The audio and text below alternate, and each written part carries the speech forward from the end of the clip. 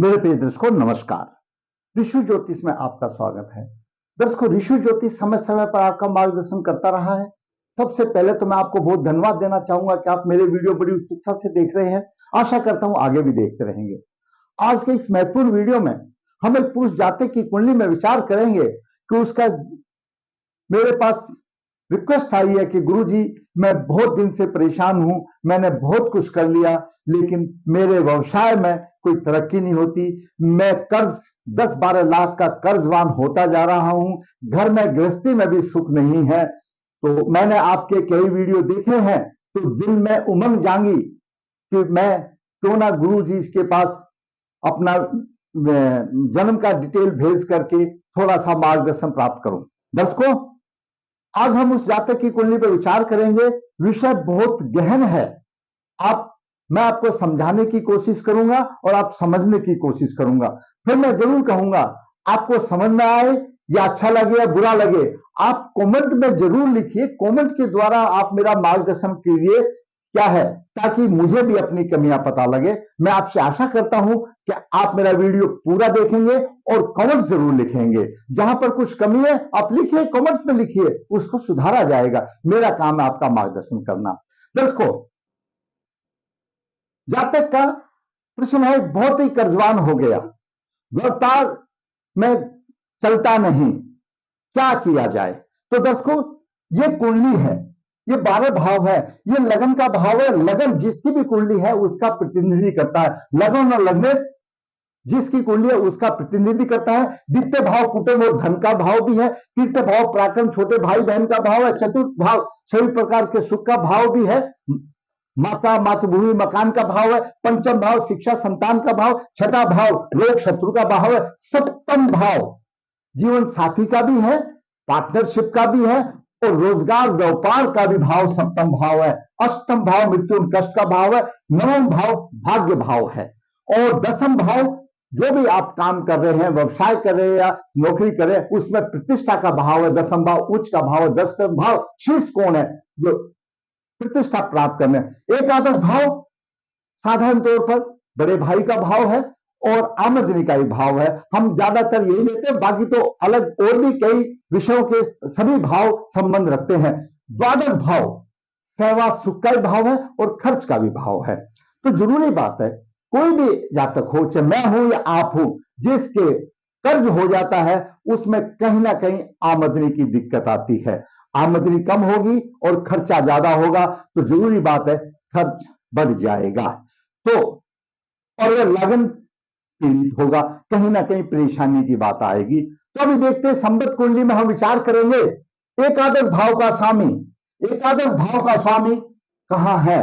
दर्शकों, मैं यहीं से पता चलूं, एकादश भाव का स्वामी अगर शुभ ग्रह हो और द्वितीय भाव में हो तो आप अपनी कुंडली निकाल करके देख लो। क्यों? एकादश भाव त्रिशाय भाव है, त्रिशदाय बोला गया है। एकादश भाव इतना शुभ भाव नहीं है, त्रिशदाय भाव है। अगर एकादश भाव का स्वामी अगर शुभ ग्रह और द्वितीय भाव धन कुटुंब के भाव में होगा, आपका एसबीआई का भाव है, अगर उसमें होगा शुभ ग्रह होगा एकादश भाव का स्वामी, तो वह जातक दरिद्र होगा।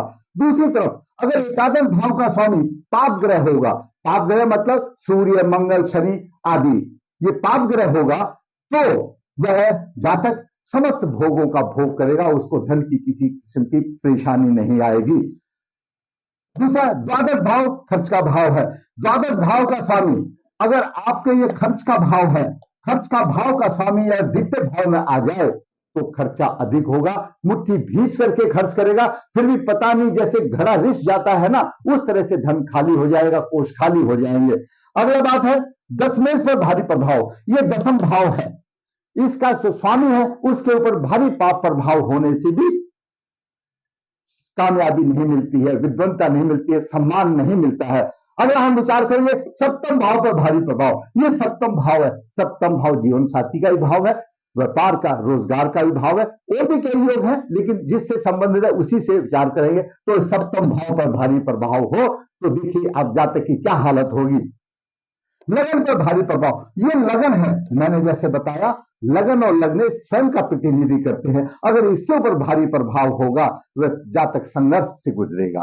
तो ये कुंडली के मुख्य बिंदु हैं, इनके ऊपर हम विचार करेंगे। लगन कोई भी हो, आप अपनी कुंडली बेशक निकाल करके देख लीजिए। अगर आपकी कुंडली में यहां पर जो राशि है वो द्वादश भाव के स्वामी की राशि है, अगर यहां पर है तो खर्चा होगा। और एकादश भाव में आपकी शुभ ग्रह की राशि है। शुभ ग्रह कौन से होते हैं?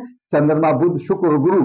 अगर ये राशि है और वह यहां द्वितीय भाव में आ जाता है तो ऐसा बोला गया कि दरिद्र होगा, और दूसरी जगह होने से धनवान होगा। लेकिन बात है द्वितीय भाव की। एक तरफ हम बोलते हैं शुभ ग्रह, अगर शुभ ग्रह यहां हो, क्योंकि ये त्रिसाय है, त्रिसाय का स्वामी अगर शुभ ग्रह होगा तो दरिद्र योग ही बनाएगा। बात करते हैं संबंधित कुंडली क्या कहती है जातक की। जातक का जन्म 30 नवंबर 1971 में हुआ। शुक्ल पक्ष 13, अश्विनी चरण 4, मंगलवार। शुक्ल पक्ष 13 चंद्रमा बली है। अश्विनी चरण 4 राजा के समान माना जाता है। वैसे गणमूल नक्षत्र है, लेकिन हमारे ज्योतिष के विद्वानों ने ऐसे जातक को राजा के समान माना गया है। मंगलवार को हुआ। जन्म के समय पर वृश्चिक लगन हुआ। वृश्चिक लगन के 13 डिग्री विराजमान है। वहीं पर गुरु 21 डिग्री 40 मिनट लेकर के सूर्य से अस्त है, और सूर्य 13 डिग्री लेकर 42 मिनट पर है। द्वितीय भाव में धनुराशि, धनुराशि में शुक्र 7 डिग्री लेकर विराजमान है। वहीं पर बुध 4 डिग्री लेकर के विराजमान है। आगे बात करते हैं तृतीय भाव में मकर राशि में राहु 14 डिग्री 51 मिनट लेकर विराजमान है। वहीं पर चतुर्थ भाव में कुंभ राशि में मंगल लग्नेश 19 डिग्री 22 मिनट लेकर के विराजमान है। छठे भाव में मेष राशि में चंद्रमा 12 डिग्री विराजमान है। सप्तम भाव में वृषभ राशि में शनि 9 डिग्री 13 मिनट लेकर के विराजमान है, और नौ भाव में केतु 14 डिग्री लेकर के विराजमान है। यह ग्रहों की स्थिति रही। दर्शकों, जैसा हम हमेशा बताते हैं कि वृश्चिक लगन वाले साधारण रूप तो थोड़ा सा इनका स्वभाव उग्र हो सकता है, क्योंकि इनके सेनापति मंगल है, मंगल की राशि है, उग्र की राशि है। लेकिन ग्रहों के अनुसार से कुछ भिन्न भी हो सकता है। कानून के विपरीत बात को ये हजम नहीं कर सकते, तुरंत भड़क जाते हैं, क्योंकि अनुशासन प्रिय माने जाते हैं। लग्नेश कोई भी हो, आपकी लगन का कुंडली कोई भी होने दो, अगर वो चतुर्थ भाव में होगा, वो माता भूमि मकान में सुख होगा, सुख मिलेगा, कोई भी हो। लेकिन अगर शत्रु राशि में होगा तो वहीं पर भी त्रुटिपूर्ण प्रभाव दे देगा। यहां पर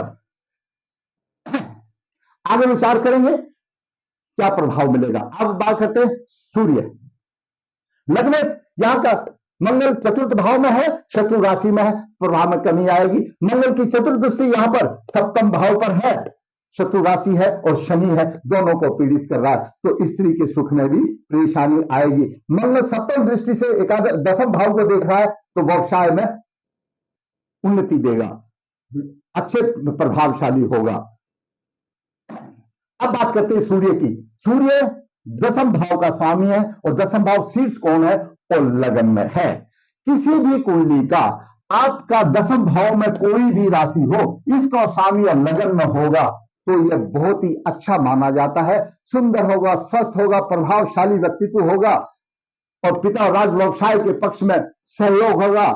परंतु जहां पर सूर्य सप्तम दृष्टि से सप्तम भाव को देख रहा है, सप्तम भाव की हानि कर रहा है। हमेशा सूर्य सप्तम भाव में हानि ही करेगा, और शत्रु की राशि है प्रवेश करेगा, और सूर्य की दृष्टि शनि पर भी है। शनि और सूर्य दोनों सम सप्तम योग बना रहे हैं, एक दूसरे को पीड़ित कर रहे हैं यहां पर। तो सूर्य भी पीड़ित है, शनि भी पीड़ित है। आगे कंक्लूजन बाद में देखेंगे। बात करते हैं चंद्रमा की। दोस्तों, चंद्रमा भाग्य का स्वामी और छठे भाव में है। शुक्र पर त्रयोदशी का तो है, लेकिन छठे भाव में चंद्रमा पक्ष बली कमजोर हो जाता है। चंद्रमा छठे, आठवें, 12वें भाव में कमजोर माना जाता है। शत्रु पक्ष शांति सफलता, परंतु मन उदास रहेगा। और भाग्य भाव का स्वामी छठे भाव में हो गया तो भाग्य की हानि रहेगी, भाग्य की हानि। चंद्रमा सप्तम दृष्टि से द्वादश भाव को देख रहा है, थोड़ा सोच समझ के खर्चा को चलाएगा, भाग्य की शक्ति से खर्चा को चलाएगा। अब बात करते हैं बुध की। बुध अष्टम भाव का स्वामी है और एकादश भाव का स्वामी है। यहां से समीकरण क्या बनता है? जैसे मैंने पहले बताया, अगर एकादश भाव में शुभ ग्रह की राशि हो, बुध की मूल त्रिकोण राशि एकादश भाव में कन्या राशि बुध की मूल त्रिकोण राशि मानी जाती है। बुध एकादश भाव का स्वामी और द्वितीय भाव में है, और बुध शुभ ग्रह है। धन में परेशानी होगी, धन में परेशानी होगी, क्योंकि एकादश भाव का स्वामी द्वितीय भाव में, धन भाव में है। यहीं पर अगर आपकी कुंडली में एकादश भाव का स्वामी कोई पाप ग्रह है, सूर्य मंगल शनि आदि है, और वो यहां पर है, तो ऐसा जातक धन के सभी भोगों का भोग करेगा। लेकिन शुभ ग्रह होने से यहां पर दरिद्र योग बनता है, ऐसे हमारे विद्वानों का मत है। बुध की सप्तम दृष्टि अष्टम भाव पर है, बुध की सप्तम दृष्टि अष्टम भाव पर है, तो जरूरी बात है राहत मिलेगी इनसे। अब बात करते हैं गुरु की। दर्शकों, गुरु द्वितीय भाव का स्वामी है, पंचम भाव का स्वामी है और लगन में है, और गुरु लगन में दिग्बली होता है। परंतु सूर्य के 13 है और गुरु के 21 से 8 डिग्री का फर्क है। गुरु अस्त है, लेकिन थोड़ा बहुत प्रभाव देगा, तो गुरु 21 डिग्री पर है, थोड़ा बहुत देगा, थोड़ा बहुत देगा। तो थोड़ी बहुत शिक्षा संतान की बात दी, लेकिन अस्त है, पूर्ण फल देने में नहीं हो रहा है। अस्त है और थोड़ा बहुत प्रभाव दे रहा है, बुद्धि संतान को दे रहा है। और यहां पर गुरु भी पत्नी के पक्ष में अशुभदाता बन रहा है, तो शत्रु की राशि है यहां पर। और भाग्य वर्ष में गुरु उच्च दृष्टि से देख रहा, भाग्यवान बना रहा है। लेकिन जैसा मैंने पहले बताया कि गुरु अस्त है, थोड़ा प्रभाव देगा, पूर्ण प्रभाव देने में असमर्थ है। अब बात करते हैं शुक्र की। दर्शकों, शुक्र द्वितीय भाव में है, शुक्र का बहुत ही बड़ा रोल है। अब कहने को ये कहा जाता है अगर शुक्र लक्ष्मी है, द्वितीय भाव में है, लेकिन अब यहां पर समझने की बात कीजिए। द्वितीय भाव में शुक्र अगर अग्नि तत्व राशि में होगा, अग्नि तत्व कौन सी राशि होती है? मेष राशि, सिंह राशि और धनु राशि में होगा।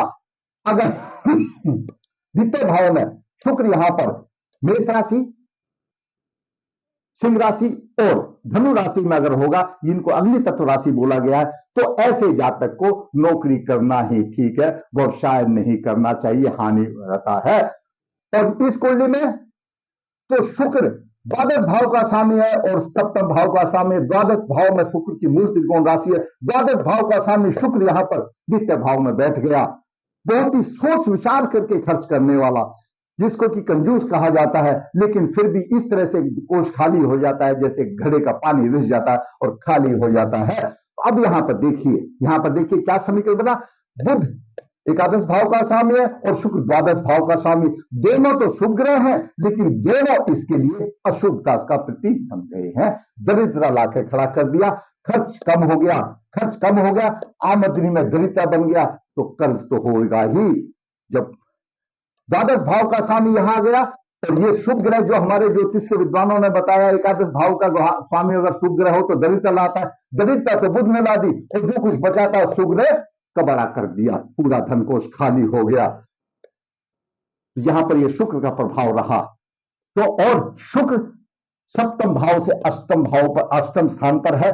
शुक्र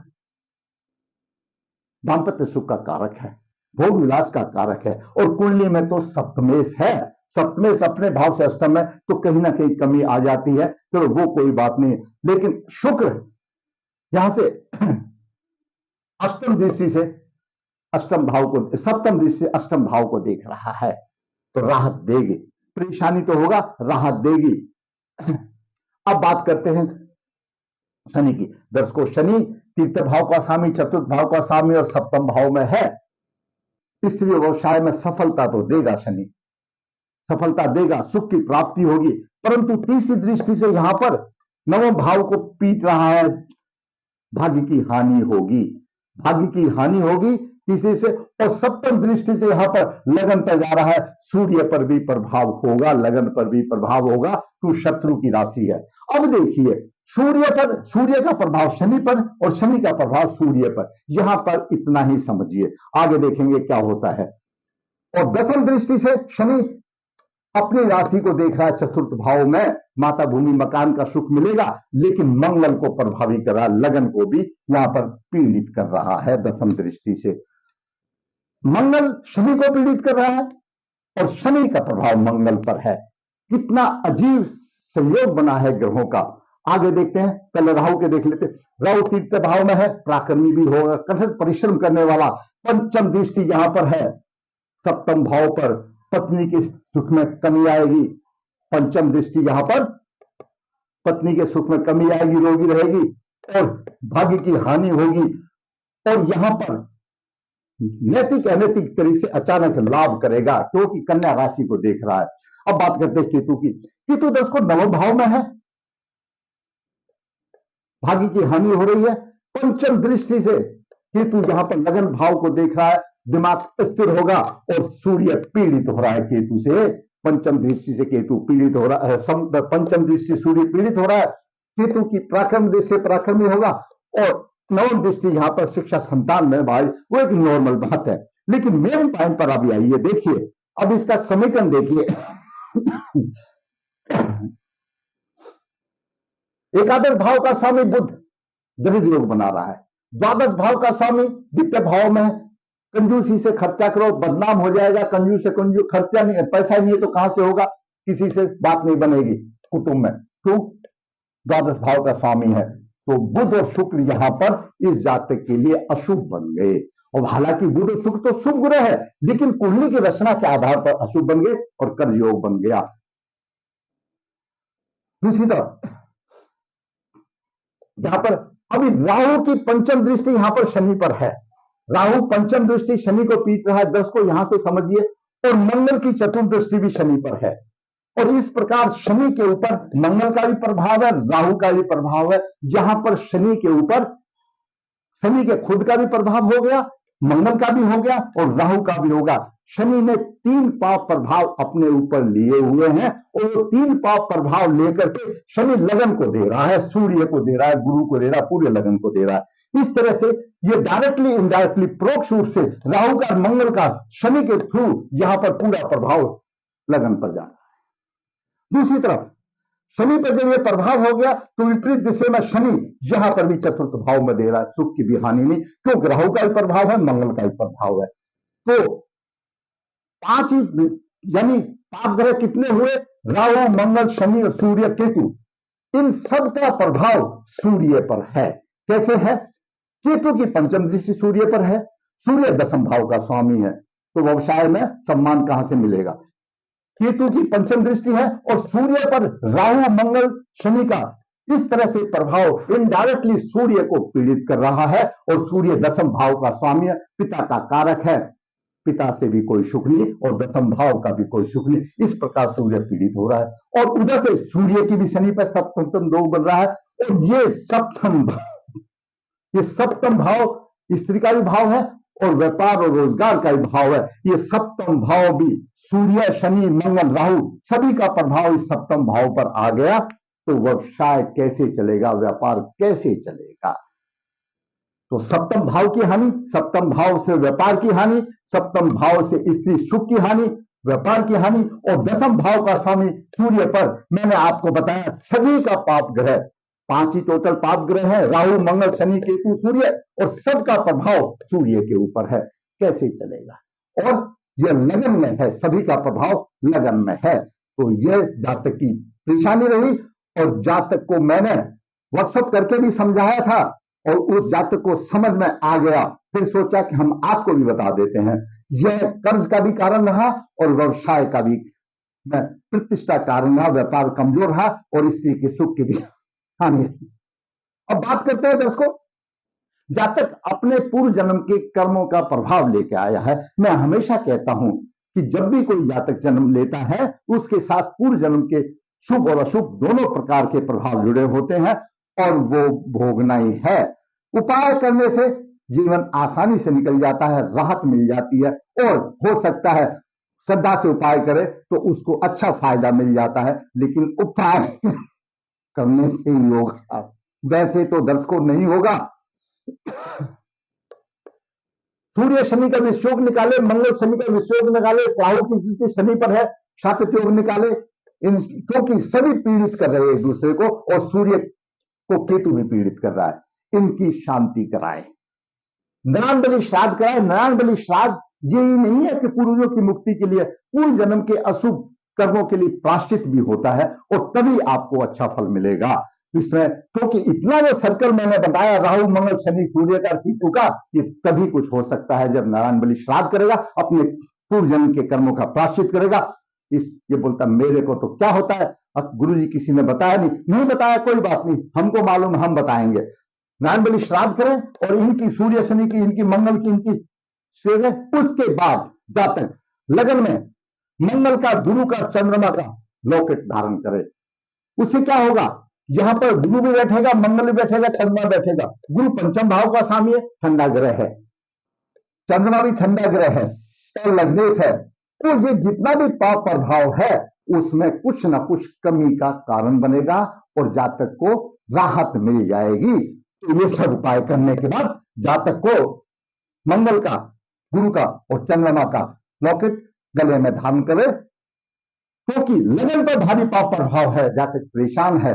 जितने भाव में बुध शुक्र का है वो नया बलि में निकल जाएगा, लेकिन कम से कम ये तो राहत मिले, भाग्य भी साथ देने लगेगा तो अपने आप स्थिति ठीक आ जाएगी। जब भाग्य साथ देगा, धर्म का स्वामी साथ देगा तो स्थिति ठीक होगी, अवश्य ठीक होगी। दर्शकों, आज मैंने जो बेचारा परेशान है, जो 10-12 लाख का कर्जवान है, जिसका व्यापार नहीं चल रहा, स्त्री का सुख नहीं मिल रहा, कर्जवान हो गया, तो ऐसे जातक की मार्गदर्शन, ऐसे जातक के कुंडली का विश्लेषण मैंने आपका मार्गदर्शन किया। मैं हमेशा हर वीडियो में बताता हूं, जिसने भी जो भी समस्या है, ये आप ही की दी हुई डेट ऑफ बर्थ है, आप मेरे कमेंट्स में डेट ऑफ बर्थ लिखिए, अपनी समस्या लिखिए, मैं आपको विश्वास दिलाता हूं जैसे जैसे समय आएगा मैं आपका मार्गदर्शन करने की पूरी कोशिश नहीं अवश्य करूंगा, ताकि उससे और भी लाभान्वित होंगे। आपको पता है कि ऋषि ज्योतिष वास्तविक कुंडली का विश्लेषण करता है, इसमें सभी योग ये सब आ जाते हैं, इससे अच्छा और आपको मौका क्या मिलेगा।